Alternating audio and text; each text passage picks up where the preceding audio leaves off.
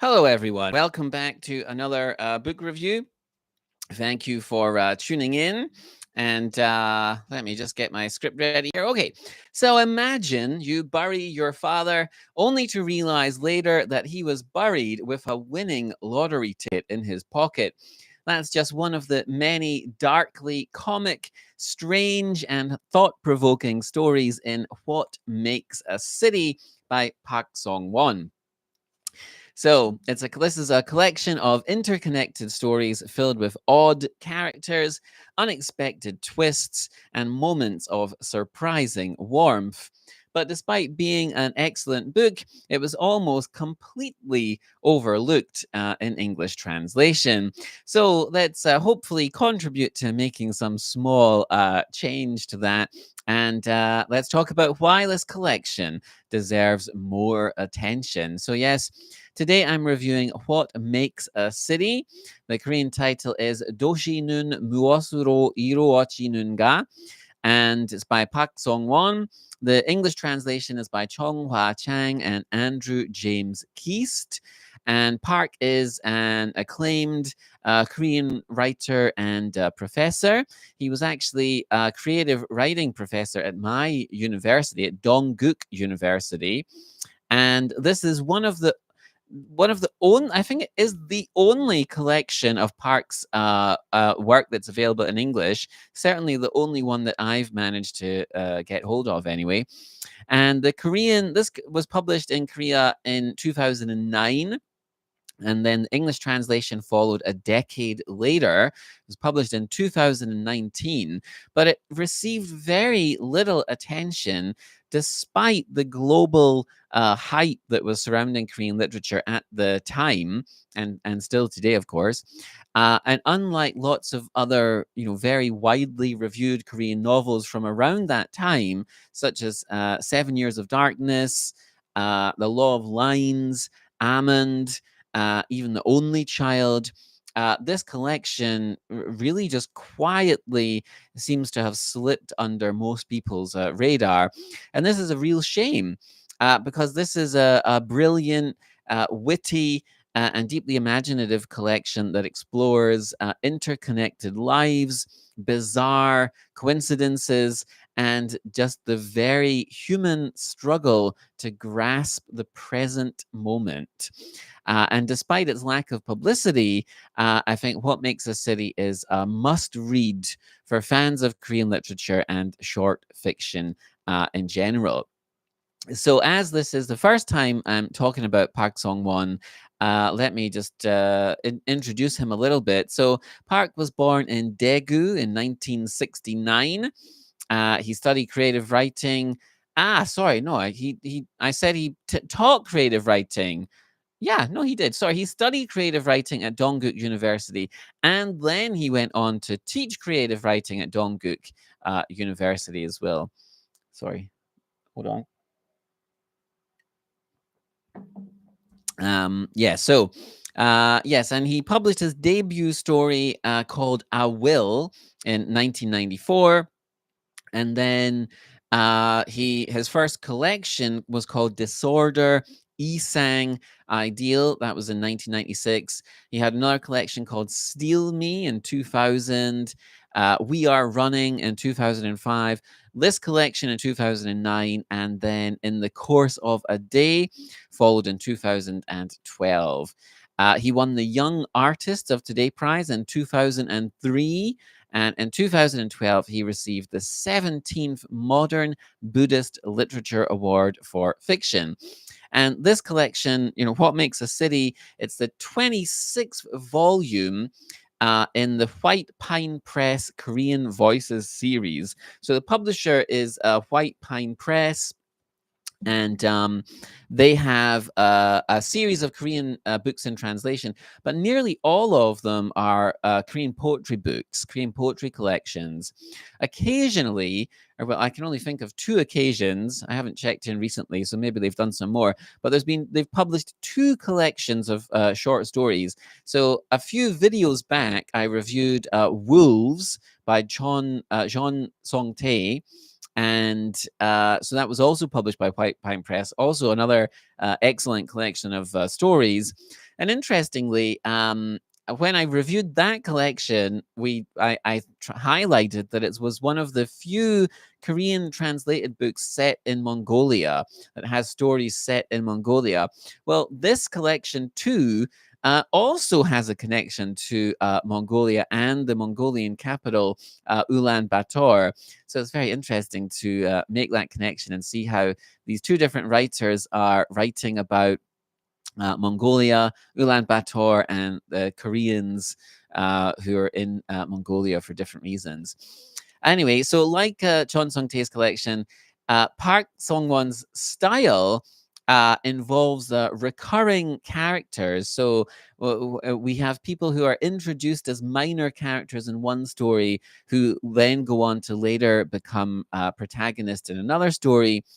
And this is a very effective style. It gives us a multi-dimensional view of the world and how lives can unexpectedly intersect.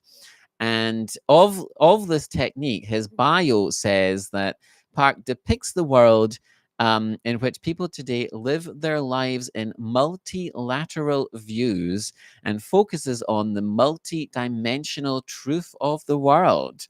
And you can certainly see Park doing that in this collection of stories, and it's very effective and engaging. So, what type of stories is Park telling in this collection? What are these multi-dimensional truths that he is trying to describe? So, we have 8 interconnected short stories. They are frequently darkly comic, lots of strange situations, lots of people making mistakes, making bad decisions. It veers into science fiction at one point, all very interesting and engaging. The first story introduces us to a step brother and sister who are arranging a funeral for their eccentric, dysfunctional father who's recently passed away. Once he's buried, they realize that he may have been buried with a winning lottery ticket in his pocket. As the deadline to claim the money approaches, one stormy night, they set out to dig up his corpse and retrieve the ticket. And this mix of black humor, existential absurdity, and desperate human choices runs through all of Park's stories in this collection. The sister of this story later appears as a protagonist in another story. And through a very strange series of events, it is now several hundred years into the future. And there's a very amusing explanation of how she has managed to turn up in the future, several hundred years in the future. Anyway, in this sort of future that she's inhabiting, she meets a man who's in very difficult circumstances. He's struggling to escape his past, but and also sort of desperately dreaming of the future. How will she interact with this man? Um, the brother of the first story also reappears later in an extremely upsetting and disturbing story of abuse. And these are all stories about the interconnectedness of our lives, the strange ways that people bump into each other and cross paths with one another. And what Park also seems to be saying is that we're all lost in some way. As much as we desperately try to catch our present moments in time, we often maybe always fail. We're doomed to fail. It's not possible. The time just slips through our fingers. And Shin Kyung-suk is a big fan of this writer, and she provides quite a long blurb on the back cover of the book. And just let me quote a little section of it because it's a very good description of these stories. How strange these stories are, and what surprising merits they hold. The stories may strike one as sarcastic, but they're also very warm, bright, and composed with meticulous care.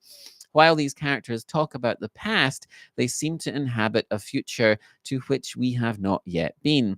This is a great description of these stories. All these stories are very clever in their structure. There's a lot of black humor, but there's also a lot of warmth.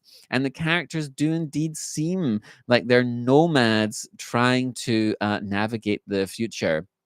Overall, I thought this was an excellent collection of stories. It's a real shame that it didn't receive more publicity or attention, and hopefully more readers will take a chance on it and pick up this book, because it really is wonderful.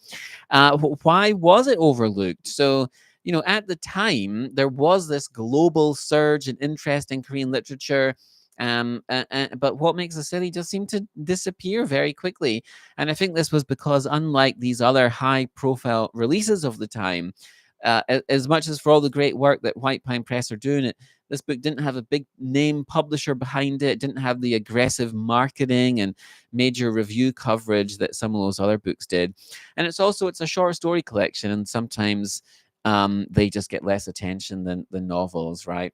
And it's subtle, it's literary, it's a little experimental, it's not plot driven in the same way as some of those novels. But that doesn't mean it should be ignored. If anything, it means this is just a hidden gem waiting to be discovered. The book ultimately suggests that we're all, lost, and we're just trying to grasp the present, but we inevitably fail. It's a great topic, a great theme to write about, and Park does a great job doing it.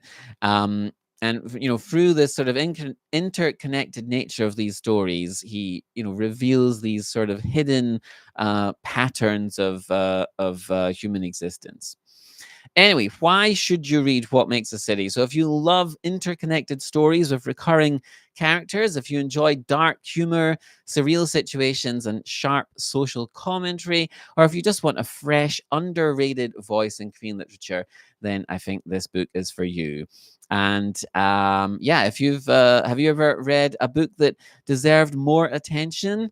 What's your favorite underrated novel or short story collection? And if you've read What Makes a City, or if you love discovering hidden gems, please leave a comment. Don't forget to like the video, subscribe for more book reviews and deep dives, and hit the notification bell so you never miss an upload. And as always, thanks for watching. Take care and see you in the next video.